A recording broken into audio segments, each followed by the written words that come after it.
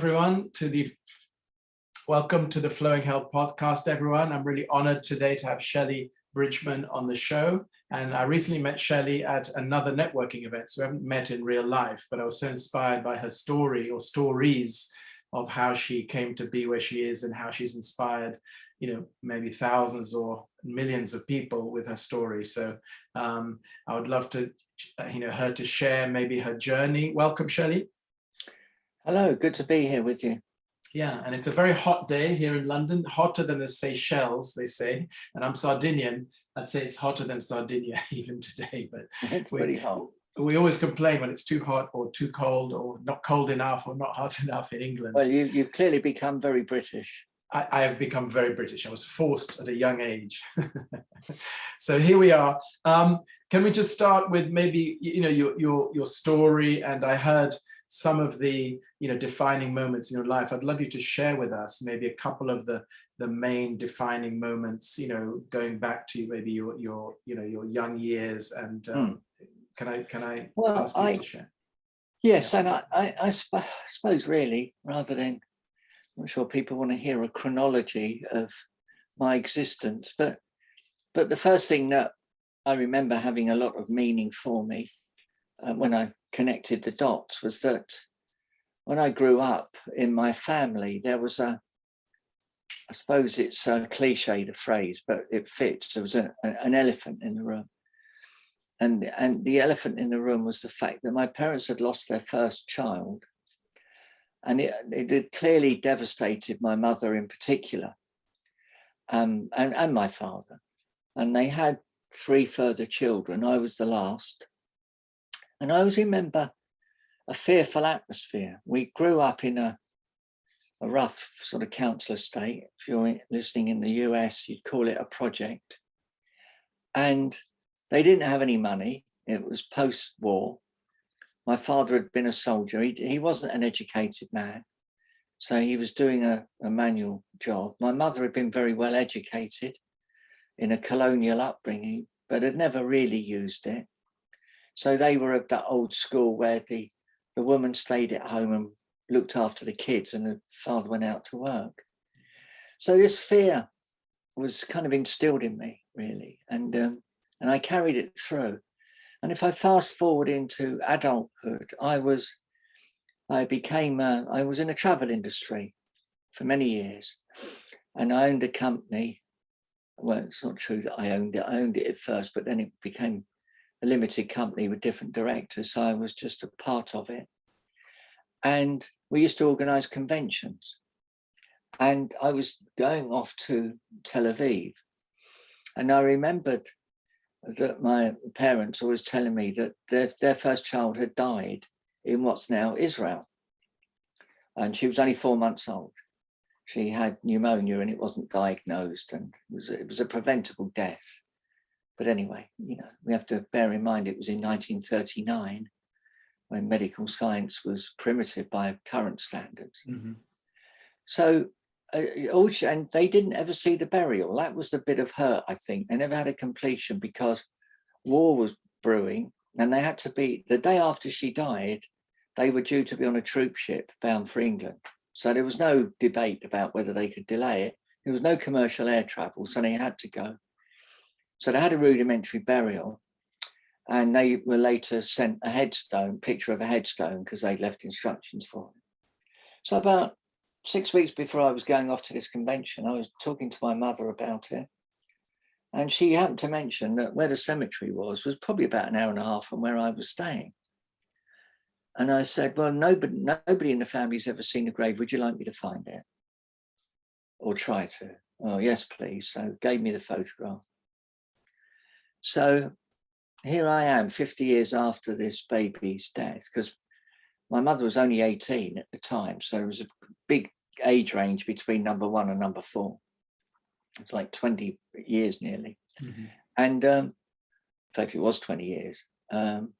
So I had this picture. So there I was in Tel Aviv, and I organized a taxi, and my agent had found where the cemetery was and said, you'll have to go on the Sabbath because it's really bad for traffic. So Saturday morning before dawn, off I go, armed with this grainy black and white picture of a headstone with 2 tiny trees behind it. So we said it was dark when we left. It was before dawn. And when we got there, dawn had only just broken a few minutes before. Sun was only just starting to come up. And the first thing that struck me, the taxi driver didn't speak any English, and I don't speak Hebrew or Arabic. And all the signs were in Hebrew, so I wasn't even sure if I was in the right place. And when I went in, I remember thinking it was reminiscent of one of these war documentaries, you know, where the camera pulls back and you see row after row of headstone on this neat green carpet of grass. Mm. And I discovered later that there were about 6,500 headstones there. And it was clear from the picture that at the time of that burial, there probably weren't very many. So anyway, I started walking up and down, couldn't find it, looking at this picture. And after about an hour, I was thinking, I can't really do this for much longer. And I suddenly thought, you know, stupid fool, you're looking for 2 small trees. It's 50 years on, they may have grown a couple of inches. So I went to a more likely looking part, and still nothing. And I decided I'd just have to quit and, you know, give it up as a bad job. So I turned on my heel, and as I did, I caught the photograph against my thigh and dropped it.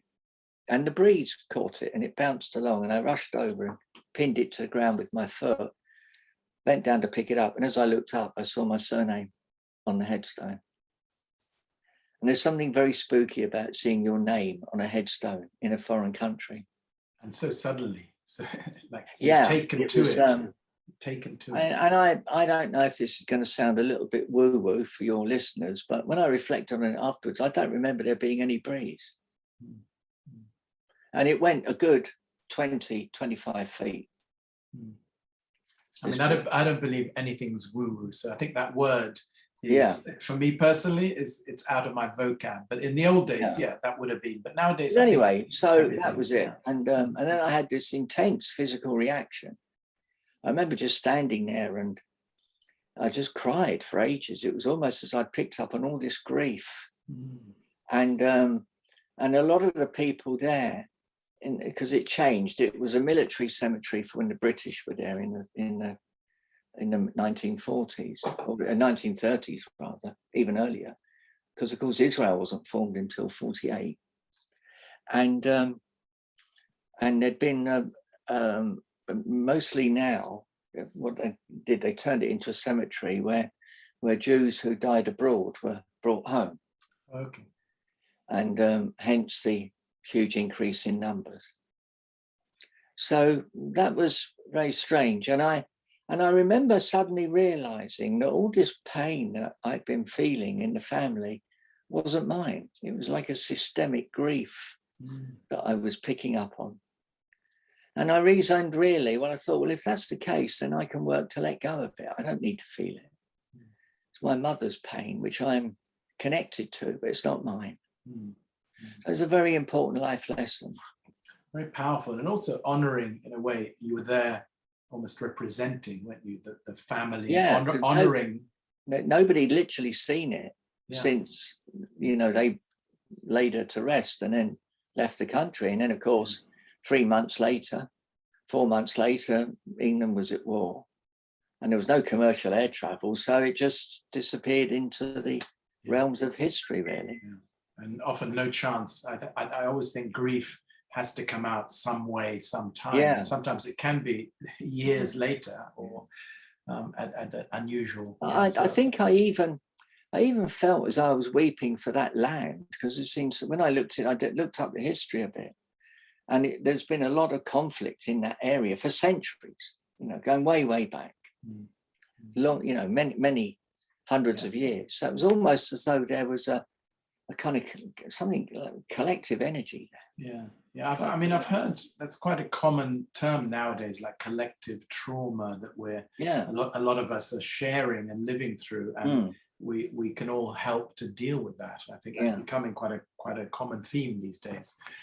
What an amazing story, and then I know there was another experience you had in South America, in Peru. So would you tell us a little bit about that experience? Yeah, it's interesting because all of my sort of events in life that have impacted me all seem to happen on foreign soil. But yeah, it was only a couple of years after that, interestingly. And I'd organized a convention in Rio, in Brazil. And I'd always wanted to go to Machu Picchu, and as most people do, it's probably always on people's hit list, isn't it, or bucket list, or whatever you want to call it. But more than that, I'd also wanted to learn a bit about the Inca culture, and to go on the train journey through the Andes up to Puno. And Puno's the area where the women wear bowler hats. We're quite famous for it. Interestingly, I read recently there's been a move to eradicate that, because it's a kind of, it's a nod, excuse the pun, to European colonialism. And you know, because they're actually, in Peru, they don't call them bowler hats, they call them crown derbies, which is the correct term. Yeah. It's interesting how did the Europeans bring them in? Did the Europeans? Yeah. Right. And it's interesting, isn't it, that just a change of name like that changes the, you know, the way we think of it. Yes. Because of course the Spanish were the conquering heroes in those days. Yeah. So I was in a really bad place in my life. I was drinking very heavily, and I mean, you know, like another 6 months I'd have been dead. You know, the liver would have packed up. I think the peak of my addiction, I was drinking about 1 litre of spirits a day. You know, your body can't sustain that. So I went out for a walk on my first morning in the ancient capital of Cusco, and you'd think I'd know better, being somebody who travelled around the world. And I wandered off the beaten track. So anyway, I was walking down a quiet road, and I suddenly felt a hair grab my hair and yank it back, and a fist crunched into my throat. And then a hand was strangling me, and I was literally blacking out. And I kicked out and turned out there were 3 men who were mugging me. And I caught one of them as I sort of kicked out. And he picked up a lump of concrete, and I just remember it crashing into my face. And I lost consciousness. I don't even know for how long. Probably not that long. But when I woke up, I was face down on the cobbles, and they were wet, because it had been raining the night before. Remember, we're high up whenever we say South America, you get an image of a hot climate, don't you? And we were very high up in the Andes, so it was quite chilly. And at that time of year, it was a bit grey. And there was this pool of red spreading across the cobbles I thought I'd lost my nose, you know, I couldn't feel anything. But then an old lady changed my life, and she'll never know it, because I was aware of somebody fiddling with my shoes. And I looked down, and there was an old lady stealing my shoes. So it's a bit laughable, really. It's a bit, you know, when life has you on the ground, it hits you again. Talk about kicking you while you're down. But anyway, I flicked out. I uttered something unrepeatable. I think I told her to mix sex and travel, and she disappeared. And but I remember it played on me, because I kept thinking, how desperate would you have to be to do that? Because she could see I was in a bad way. I mean, for all she knew, I could have been dying, you know. And I wasn't. I don't want to be melodramatic. Let's keep it in perspective. I was beaten up and I was hurting, but it wasn't that bad. And it played on my mind. And I think, in a way, she was a gift, because I kept thinking, well, I'm not that bad off. You know, I don't have to steal somebody's shoes to eat today. So I got patched up, and I did a couple of days later, carried on to Machu Picchu, did my first ever meditation in the temple. I wouldn't have called it that at the time, in the ruins. Just sat there and emptied my mind, I think, for about 3 hours. And it got me on the road to meditating, actually. I didn't do it straight away, but some years later I picked up on it, and I meditate every morning now. But that was interesting. Then I did the train journey, which is spectacular. anyone's listening's done it, they'll know. And got to Puno, spent an overnight, and crossed Lake Titicaca into Bolivia. And I'd checked into a tiny hotel, and I'd already booked it because I booked it from Cusco before I'd left. Because I told somebody I was carrying on, and they said, well, you should, I know somebody who runs this little hotel. And I checked in, and it was on the lake. And Lake Titicaca is the highest lake in the world. Everything in Bolivia is the highest something. You get into an elevator and it will say, you are in the highest elevator in the world. And it's probably true in the sense that there are higher places in the world, but not with elevators.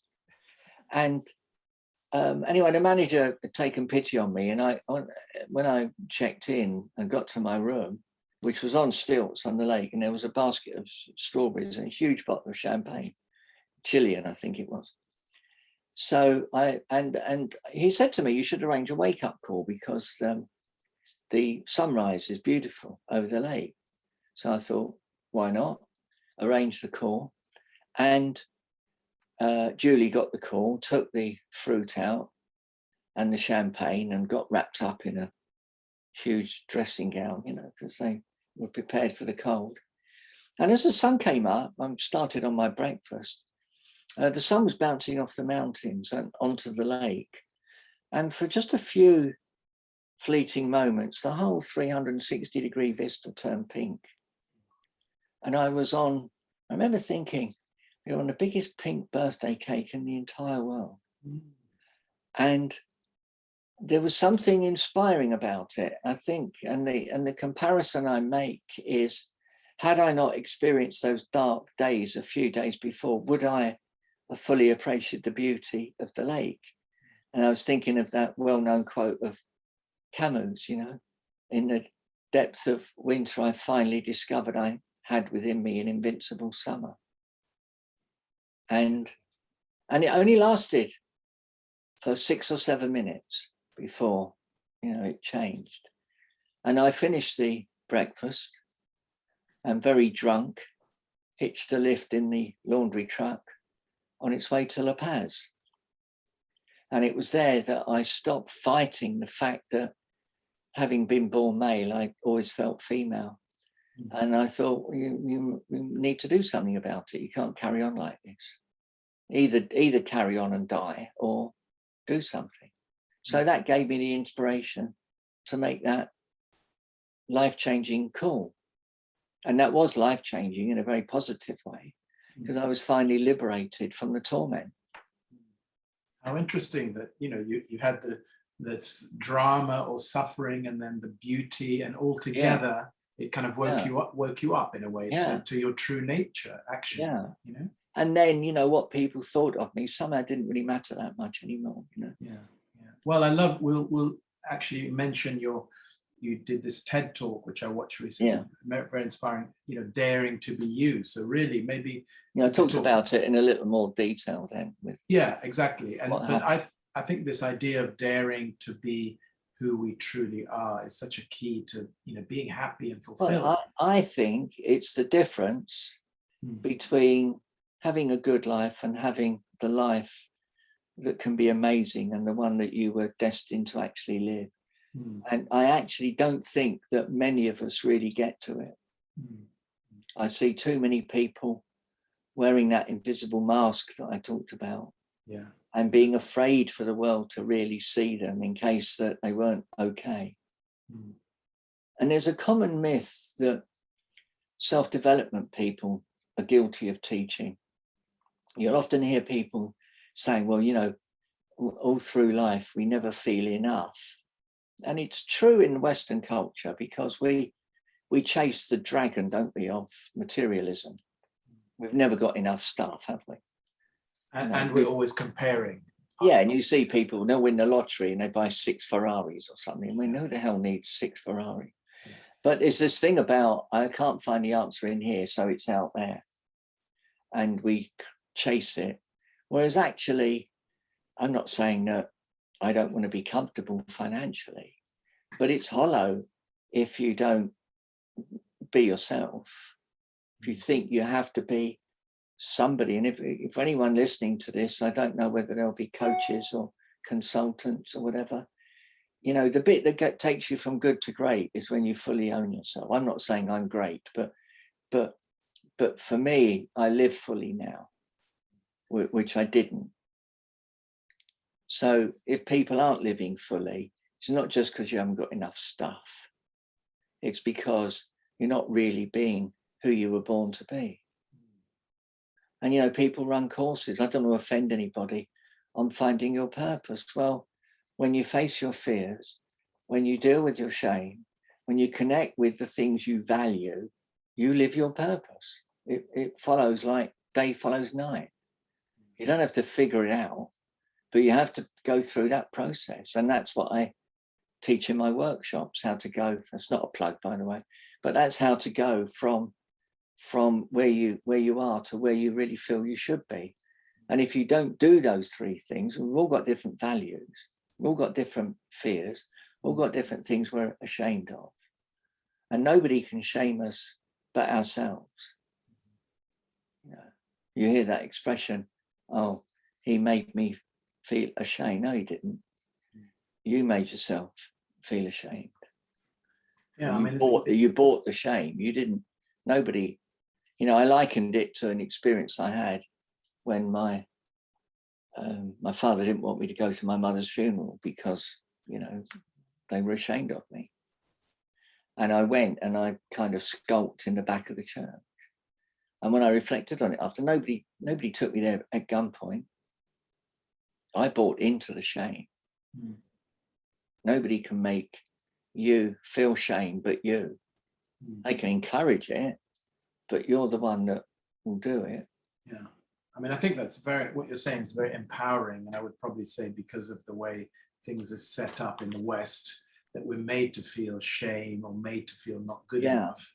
We probably do need help, you know, from people like yourself to empower us to say, I'm ready to be myself. And an interesting thing in Qigong, one of the reasons this energy work is often we talk about becoming Genren, becoming a true human being, becoming who we are. It's not becoming someone else.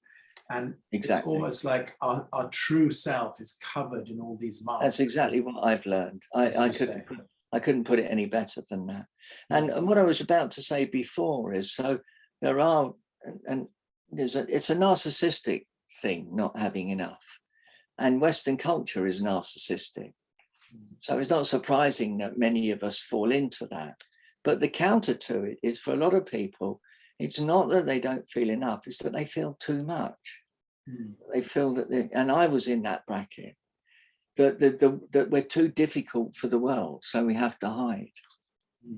And a lot of people feel that. I think the other one, that narcissism is more common in our society, in our cultures, but there are other parts of the world where the other one, I would, to use my psychotherapy babble for a moment, call the not enough as being a narcissistic wound, and the feeling too difficult, too much, as being a borderline wound. So it's too simplistic to say to people, it's probably because you don't feel enough. It may be true, but we don't know that. You know, we shouldn't assume that, because for some people, you know, and I was chasing that one all the time, thinking it was that, and it wasn't. It was the other one that was my lever. And it took an old lady taking my shoes off and a couple of off-duty soldiers, as it turned out. It took them to teach me that. So they were a gift, those people, because without that, I perhaps wouldn't have got that. Yeah, and I believe, you know, that we are often taught these lessons in life. If we're open to them and take those lessons, because you could have dealt with that very differently. You could have been very resentful, angry, gone to the lake and not even noticed the sunrise, you know. Yeah, I think it probably came at a good time, because I was in a bad place. And when you're on the floor, the only way is up. So I could have chosen to ignore it, but I was reaching a point where I was running out of excuses and things to do. So I thank that old lady most days. And I'm sure the courage that you suddenly had to start rebuilding your life. I mean, that must have, well, you had to build on that and your strength to go. I mean, maybe can you talk a little bit about that, the journey? Because I heard. Well, you know, I mean, it's the end of the 1980s, so it's a different world to now. And you know, my father was interesting. He said, look, if you have to come here, come after dark. I don't want the neighbours to see you. And I said, Dad, the neighbours have got a garden gnome fishing out of a drain cover in the front garden, and you're worried about what they think of me. You know, it was so absurd. So sorry, just got to laugh a little bit at that. Yeah, I mean, it is absurd. Well, it was funny. It was funny. Yeah. And so, but you know, you don't know any different at the time. You know, you're there in whatever year it was. You don't sort of think, oh, in 30 years I'm going to look back and laugh at that. You know, at the time it hurts like hell. But I've always I've been able to sort of have a sense of humor about things. So when I said that, I think even he nearly smiled. You know, but it's what it is, and I got on with it. And you know, yes, it was tough, but there's no league table of pain. Every human being listening to this podcast has got their own challenge. Mine was no worse or easier than anyone else's because it was mine. Yours is yours.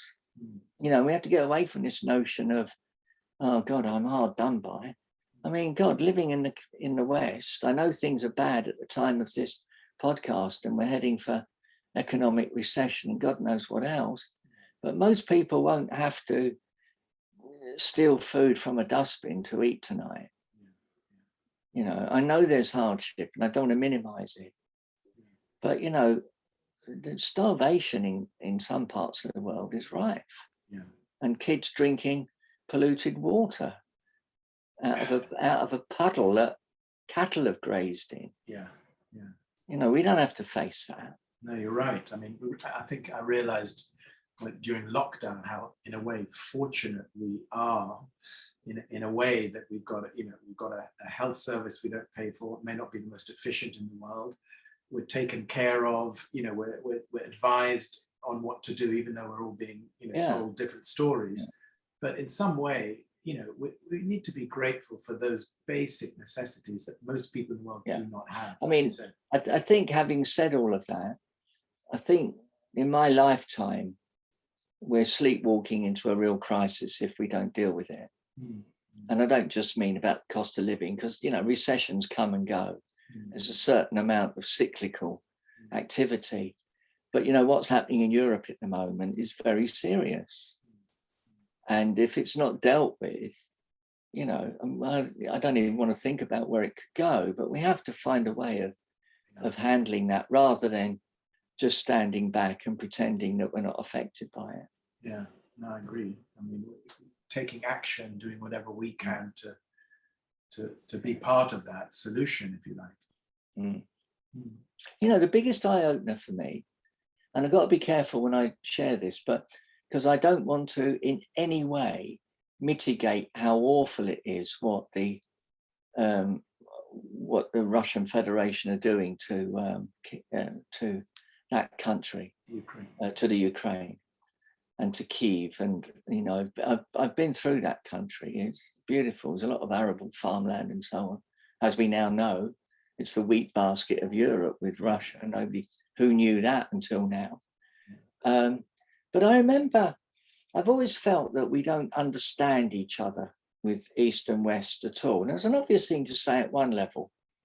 But what highlighted it for me, because I grew up, my father fought in the Second World War. And we all know stories of Stalingrad and these places, because the Russians lost millions of people. I think there were more people died in the siege of Stalingrad than the combined losses of the armed forces of America and Britain. You know, like 14 million or something. But I went to Moscow years ago to do with the 1980 Olympics. And I remember driving past this big memorial.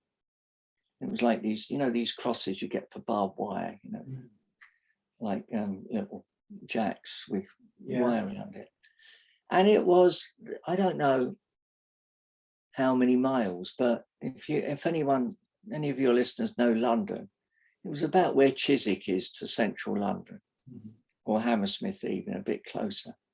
And it was the point where the opposition forces reached before they were repelled. I mean, they were that close from being annihilated. So, of course, they built up this buffer of states when it was the Soviet Union, and that got broken down. And this guy is trying to reinstate that. Now, what he's doing is not justified at all. But unless you can get into his head a bit and understand that, you've got no chance of finding a way of ending this. Yeah. And I repeat, it doesn't in any way excuse what they're doing. But I have a sense of knowing where that historic mindset came from. Yeah, no, I agree. I've listened to a few, I've been on a few calls about the collective trauma that is still existing from the First, Second World War. And like you said, they have it just as much in Russia. In fact, with all the losses and death, that's still hanging around there. That's not dealt with. So this war is, maybe just a continuation of the trauma being expressed. And all we're going to do is build up this same sort of buffer wherever his line is. It'll still be there, wherever the line is. It will still be tense. It will still be horrible. Anyway, we didn't really want to go down that rabbit hole. No, we'll leave that one for now. Maybe let's just hope things can. But it is that thing of stepping across and understanding the other a bit. Yeah. As any negotiator does, Yeah. Because if you don't, if you just have an entrenched position, you get nowhere.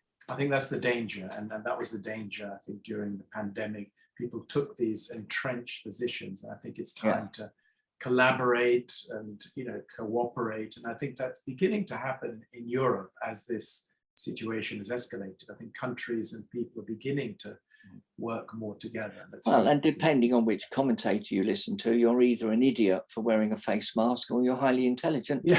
I make no comment about which position is right, but they're not both right. No, they're not. And intelligent people have those different views. Yes.